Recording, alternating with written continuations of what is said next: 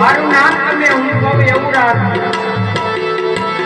મારું નામ લેવાથી મારા ભગતનું કામ થઈ જાય. મારું નામ લેવાથી ભગતની કટી